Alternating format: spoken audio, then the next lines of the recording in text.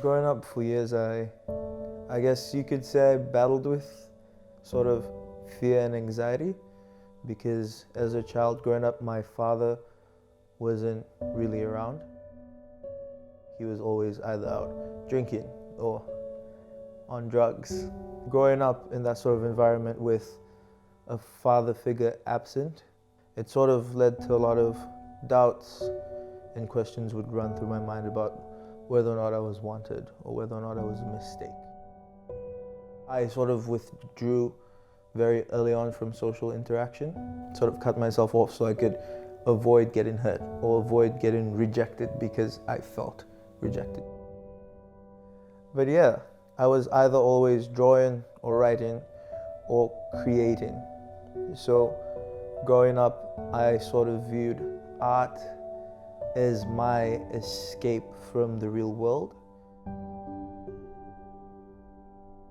In 2012, my dad gave his life to Christ. And that was when everything started turning around. He started showing up. He was an active presence in my life. His alcohol addiction just fell away.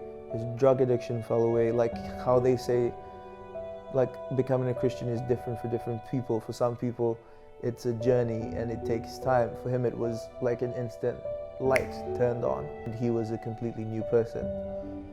But having seen him be one way for 14 years made it hard for me to believe that he'd actually changed. I thought that, it was just like another temporary thing where he's gonna pretend to be this person for 2 months. Him being saved, it changed him and it was good for the family dynamic, but in my head, I didn't believe he was changed. There was still this part of me that wasn't willing to forgive him for all the crap he put my mother through growing up and all the stuff he did and all the stuff he didn't do as a father, you know? And that part of me that wasn't willing to forgive him sort of led me off track. Around those 2 years when I was 16 or 17, I actually sort of stopped believing in God. I thought he wasn't real, even though I told people I was a Christian. I told people I loved God. I sung in a worship team.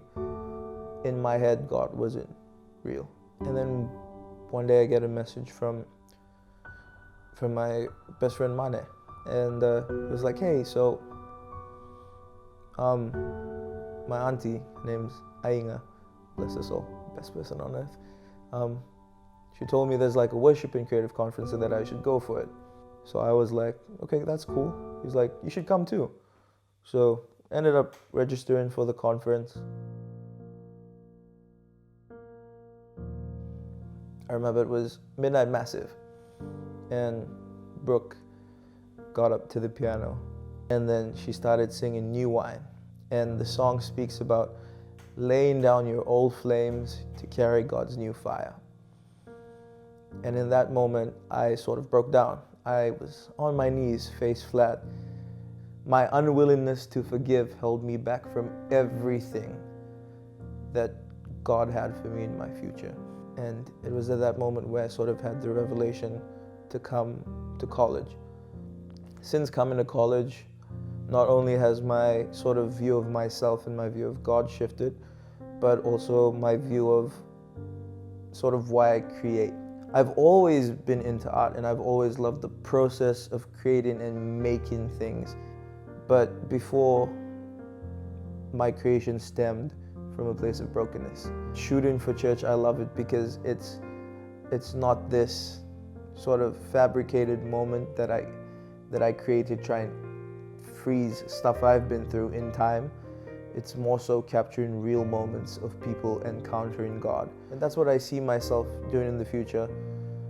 Just serving where I'm needed, whether that be writing music or taking photos or cleaning up after a conference.